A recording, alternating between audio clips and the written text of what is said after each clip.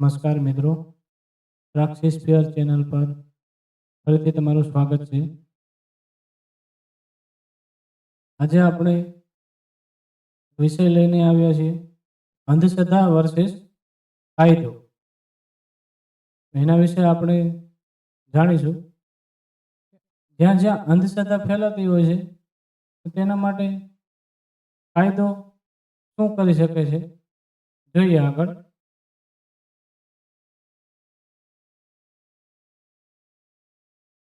અંધશ્રદ્ધા વર્સેસ કાયદો। મિત્રો, આપણા સમાજમાં અંધશ્રદ્ધા બહુ વ્યાપકપણે ફેલાયેલી છે। ઘણીવાર બહાર આવે છે અને ઘણીવાર બહાર નથી આવતી। તો અંધશ્રદ્ધા સામે કાયદો કેવી રીતે છે? ગુજરાતમાં એક કાયદો છે, ગુજરાત માનવ બલિદાન તથા અન્ય અમાનવીય, અનિષ્ટ અને અઘોરી પ્રથાઓ અને કાળા જાદુનું નિવારણ તથા ઉન્મૂલન અધિનિયમ 2024। આ કાયદો પોતે જે શબ્દો સાંકળે છે એ ઘણું બધું કહેવા માંગે છે। અંધશ્રદ્ધા હજી કેટલા લેવલ સુધી સમાજમાં ફેલાયેલી છે, તો આપણે આમાં જોઈએ તો એવા કયા કયા કૃત્યો છે કે જે આ કાયદા હેઠળ ગુનો ગણાશે। તો પહેલું જ આવે છે માનવ બલિદાન। શબ્દ તમને ઘણું બધું સમજાવી શકે છે। આવું પણ થતું હોય છે માનવ બલિદાન। હા, તો જો કોઈ આવી વૃત્તિ મતલબ જે છે આવું કૃત્ય બનતું હોય માનવ બલિદાન, કોઈ વ્યક્તિને બલિદાન તરીકે ચઢાવવો અથવા એવી પ્રવૃત્તિને પ્રોત્સાહન આપવું એક ગંભીર ગુનો બને છે। આગળ જોઈએ તો કાળા જાદુના નામે છેતરપિંડી। જો કોઈ વ્યક્તિ કહે કે તેની પાસે એવી કોઈ શક્તિ છે જેનાથી તમારું દુઃખ દૂર થશે, ભાગ્ય બદલી જશે, દુશ્મનોનો નાશ થશે અને આવું બધું જણાવીને તમને બદલામાં પૈસા આપતા હોય, માફ કરજો, તમારી પાસેથી પૈસા લેતા હોય તો તે ગુનો બની શકે છે। અને ઘણીવાર બનતું હોય છે ને કે ગામડાઓમાં કોઈ મહિલાને ડાકણ જાહેર કરી દેવી અને એમ કહેતા હોય છે કે આના શરીરમાં તો ફલાણું છે, લુકડું છે, આ ડાકણ છે, આવી રીતે જાહેર કરી દેતા હોય છે। તો કીધું ને કે કોઈ મહિલાને ડાકણ જાહેર કરવી, સમાજમાં અપમાનિત કરવી અથવા તેના પર દુર્ભાગ્ય ફેલાવવાનો આરોપ મૂકવો ગુનો છે। તો આ તમે જોયું હશે, આવું બનતું હોય છે ખાસ કરીને ગામડાઓમાં અને શહેરોમાં પણ બને જ છે। ભૂત પ્રેતના નામે ત્રાસ। કોઈ વ્યક્તિમાં ભૂત પ્રવેશ્યો છે એવું કહી તેને મારવો, ડરાવવો અથવા શારીરિક માનસિક ત્રાસ આપવો એ કાયદેસરનો ગુનો છે। અને આ જે અધિનિયમ છે એની હેઠળ એક ગુના તરીકે ગણાય છે। તબીબી સારવાર રોકવી।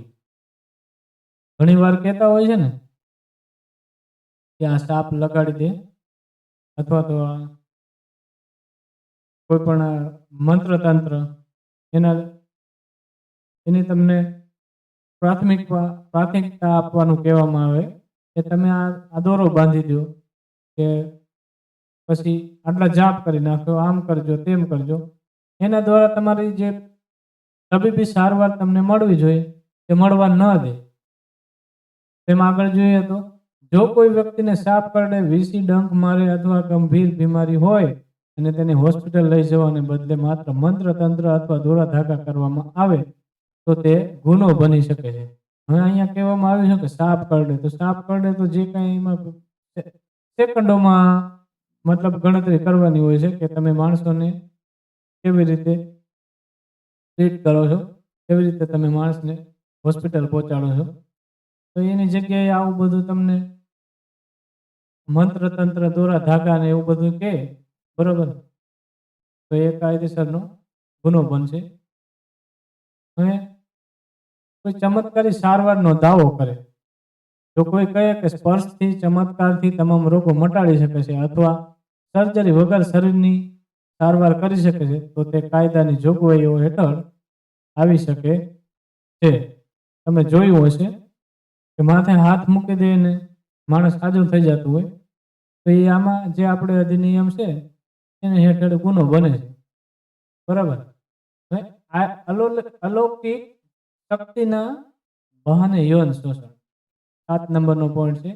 જો કોઈ વ્યક્તિ પોતાને દેવદૂત અવતાર અથવા ચમત્કારી શક્તિ ધરાવતો કહીને કોઈ સ્ત્રી પુરુષનું યૌન શોષણ કરે તો તે ગંભીર ગુનો બને છે.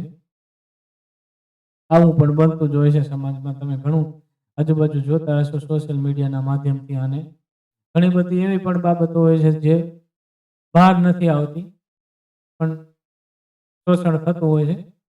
આગળ જોઈએ તો અઘોરી અને અમાનવીય પ્રથાઓ. માનવ ગૌરવને ઠેસ પહોંચાડે તેવી કોઈ પણ અઘોરી અથવા અમાનવીય પ્રથા આ કાયદા હેઠળ દંડનીય બની શકે છે. પછી જોઈએ સજા શું છે. મહત્વનો પાર્ટ અહીંયા છે કે સજા શું છે. આ બધી પ્રવૃત્તિઓ કરતા અથવા ગુના હેઠળ પકડાણું કોઈ અંધશ્રદ્ધા ફેલાવે છે, બરોબર, તો એમાં પકડાણું કોઈ તો એને સજા શું થઈ શકે છે. તો આ કાયદા હેઠળ દોષિત સાબિત થયેલ વ્યક્તિને ઓછામાં ઓછી 6 મહિનાની જેલ, વધુમાં વધુ 7 વર્ષની જેલ અને 5 થી 50,000 સુધીનો દંડ થઈ શકે છે. ઓછામાં ઓછી 6 મહિનાની અને વધુમાં વધુ 7 વર્ષની કીધી છે. એટલે બે વચ્ચેથી કોઈ પણ તમને થઈ શકે, જેવું તમે ગુનો કર્યો છે પછી એના ઉપર જે ટૂંકમાં સજા તો છે. જે માણસો ખુલ્લેઆમ એટલે બેફિકર જે કરતા હોય છે, બરોબર, તો એને અહીંયા ધ્યાન દેવું જોઈએ કે આપણે સળિયા પાછળ જવાનો વારો આવી શકે છે, બરોબર. હવે જો આવું તમને ધ્યાનમાં આવે, એફઆઈઆર કોણ કોણ નોંધી શકે છે. તો પીડિત વ્યક્તિ, કોઈને એમ થયું કે મારી સાથે દગો થયો છે, બરાબર, તો પીડિત વ્યક્તિ છે મારી સાથે દગો થયો, હું અંધશ્રદ્ધાનો ભોગ બન્યો છું, બરાબર, તો એવી જગ્યાએ પીડિત વ્યક્તિ પોતે એફઆઈઆર નોંધાવી શકે છે. પરિવારના સભ્યો, કોઈ પણ જાગૃત નાગરિક, પોલીસ અધિકારી, સરકાર દ્વારા નિયુક્ત અધિકારી ફરિયાદ નોંધાવી શકે છે.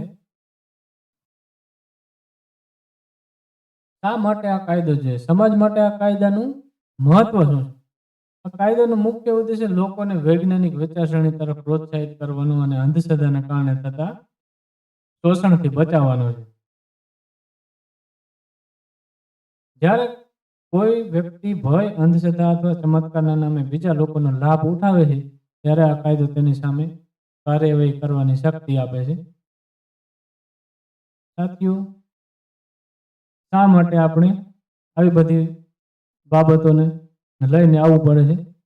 આ જે બાબત છે એક એક જોવા જઈએ તો એક મૂળ લેવલની, એક ગ્રાઉન્ડ લેવલની બાબત છે. ઘણાને સવાલ થતો હોય છે કે કેમ આવી આ બાબત પર વિડીયો છે અહીંયા.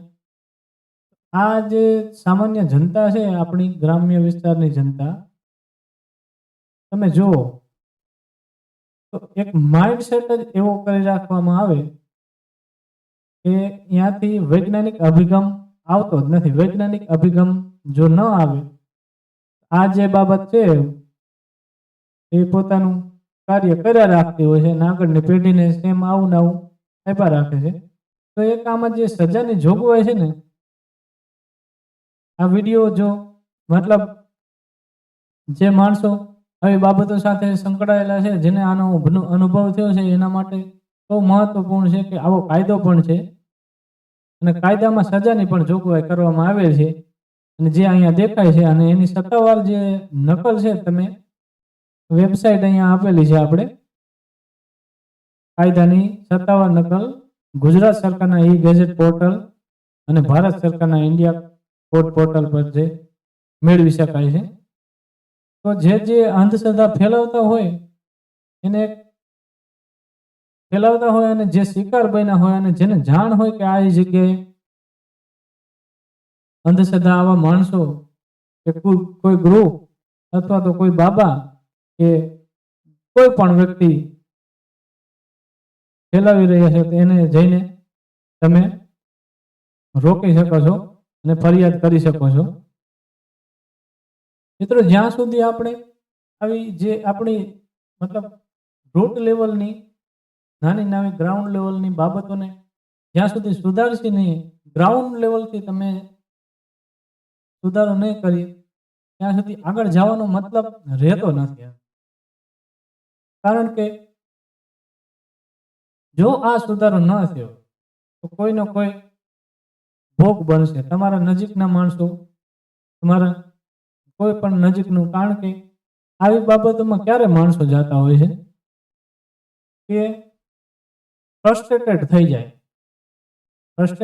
જાય અને નિરાશ થઈ જાય, જીવનમાં થાકી જાય, ત્યારે આવી બાબતોને લઈને જે ઢોંગીઓ હોય છે એક આશા દેખાડતા હોય છે અને માણસ મતલબ છેલ્લી ઘડીએ પહોંચી જતો હોય છે. છેલ્લી ઘડીએ કેમ પહોંચી જતો હોય છે? અજ્ઞાન ના અભાવે. તો એવા સમયે આવી બાબતોનો સહારો લેતો હોય છે, એનું પરિણામ બહુ ખરાબ આવતું હોય છે. તો આપણે જે ભારત દેશની મૂળભૂત ફરજો છે, બરાબર, આપણે આર્ટિકલ 51A છે એમાં જ ઉલ્લેખ કરવામાં આવ્યો છે કે વૈજ્ઞાનિક અભિગમ કેળવવો એ આપણી મૂળભૂત ફરજ રહેશે. તો શા માટે ન વૈજ્ઞાનિક અભિગમ કેળવીએ? ઠીક છે ને? આ જે કાયદો છે, આ કાયદાને તમે વધારે ડીપમાં સ્ટડી પણ કરી શકો છો. જે લિંક આપેલી છે ત્યાં જઈને તમે કોપી ડાઉનલોડ કરીને એને અંગ્રેજીમાં કાયદો છે અને ઇન્ટરનેટ પર અને બુક્સમાં જઈને પણ તમે વાંચી શકો છો. આ કાયદો છે તમને કામ આવી શકે એમ છે.